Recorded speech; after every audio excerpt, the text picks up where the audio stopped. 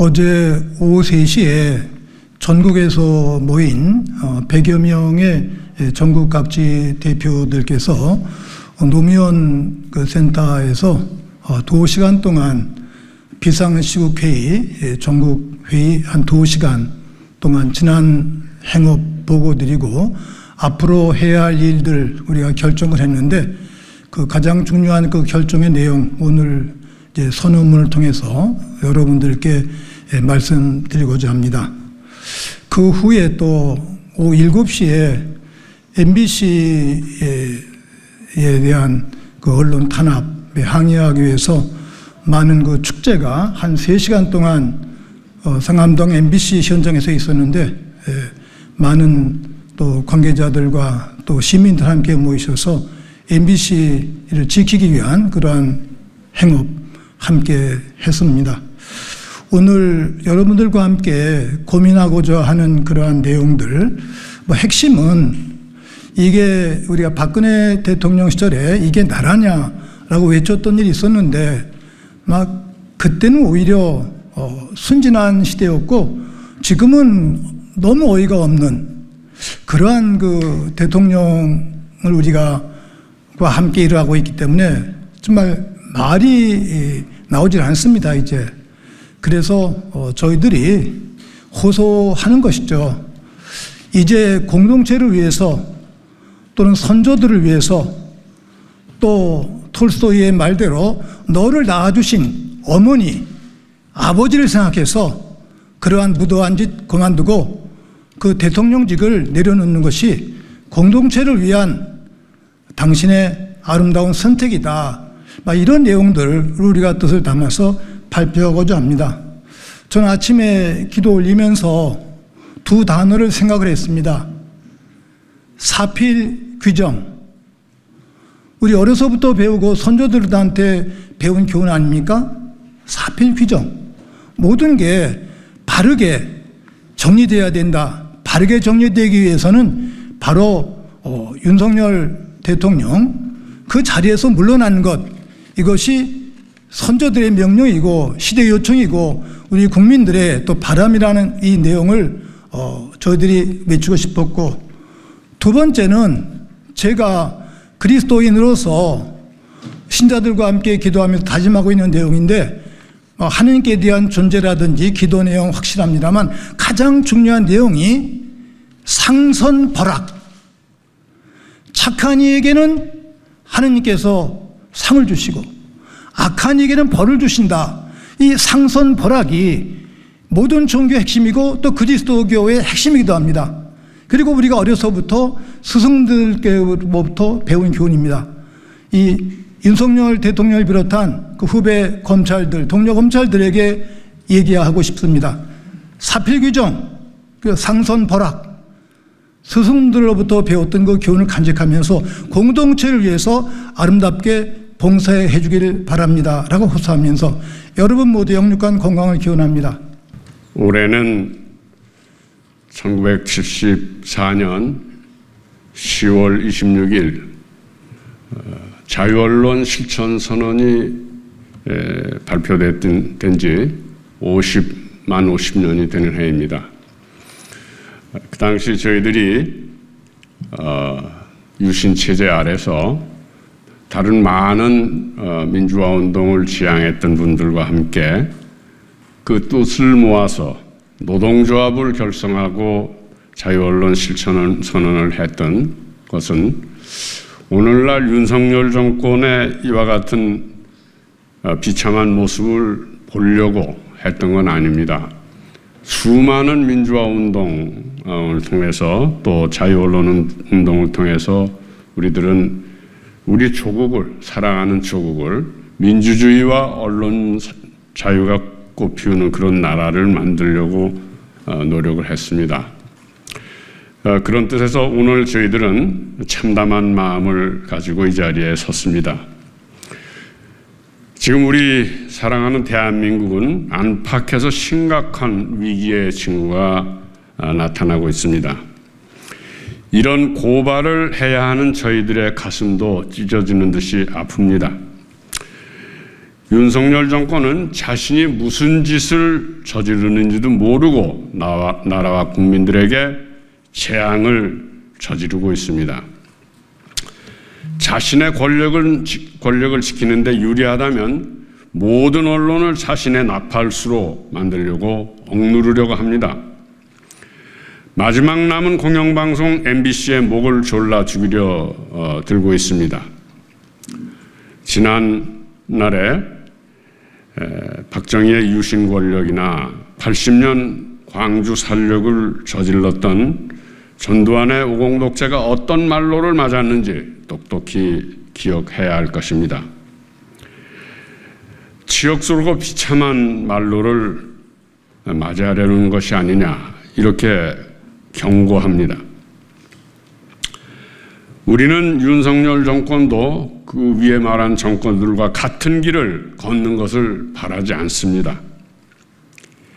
지난 50년 반세기 민주주의와 언론 자유의 길을 가달라는 충정을 윤석열 정권에게 귀담아 듣기를 간절히 바랍니다. 국민 여러분께 호소합니다. 윤석열 정권을 조기 종식시킬 범국민 대우가 절실합니다. 오늘 우리는 참담함과 분노, 개탄의 심정으로 이 자리에 섰습니다. 윤석열 정권이 등장 이후 한국 사회가 직면하고 있는 비상한 위기 상황은 날로 악화되고 있습니다. 윤석열 정권은 권력을 사유하고 있습니다. 국민에게 부여받은 권력을 자신과 자신의 아내, 장모, 검찰, 선후배를 보호하기 위한 도구로 사용하는 것이 바로 윤석열 정권입니다. 거듭되는 거부권 남발은 권력 사유화의 극치를 보여주고 있습니다. 윤석열 정권은 민생을 파탄으로 몰아가고 있습니다. 세계적인 경기 침체가 몰고 온 고물가와 실업불안으로 노동자, 농민, 서민, 자영업자와 같은 사회 경제적 약자들의 고통은 지속되고 있습니다. 시대착오적인 부자 감세와 복지 축소 정책으로 빈부격차는 확대되고 재정 불안마저 초래되고 있습니다. 고속도로 노선 변경 등에서 나타났듯 공적 권한을 사적 이익을 위해 사용하는 것이 윤석열 정권입니다. 윤석열 정권의 무능하고 무지한 애교 정책은 이 땅에 전쟁 위기를 몰고 오고 있습니다. 국제사회의 다급과 추세를 역류하면서 미국의 돌격된 노릇을 자임하는 현 정권이 철저한 대미 추종의 애교 노선과 즉시 강력히 끝까지와 같은 강경 일변도의 대북 정책으로 인해 전쟁 위기가 고조되고 있습니다.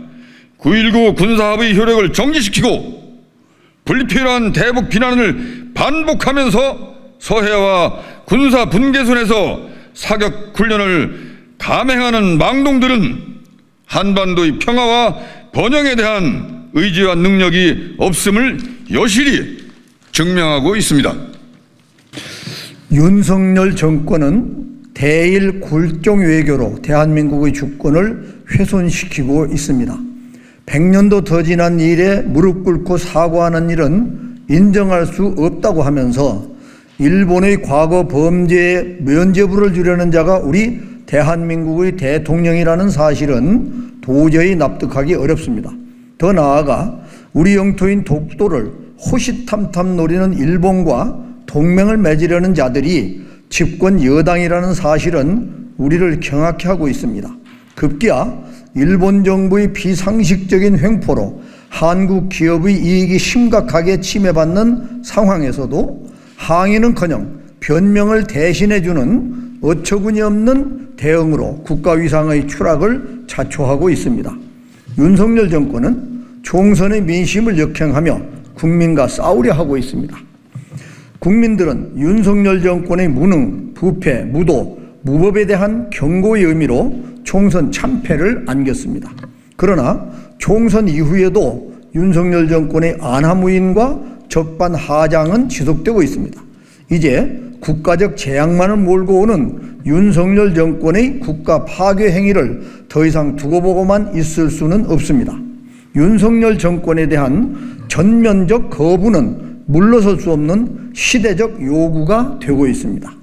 1970년대 이후 이 땅의 민주화를 위해 투쟁해온 우리 비상시국회의는 총선 심판의 민심을 외면하는 윤석열 정권의 퇴진 투쟁에 나설 것입니다. 윤석열 정권은 더 이상 나라를 망가뜨리지 말고 당장 물러날 것을 촉구합니다. 전국 비상시국회의는 국민들과 함께 연대와 단합의 기치를 높이 들고 윤석열 정권의 조속한 퇴진을 위해 힘차게 투쟁할 것입니다. 우리 전국 비상시국회의는 일제강점기 민족해방운동과 해방 후 반독재 민주화운동, 자주화, 평화운동의 역사적 맥을 계승하여 민주주의와 민생, 평화를 향한 범국민운동에 동참해 왔습니다.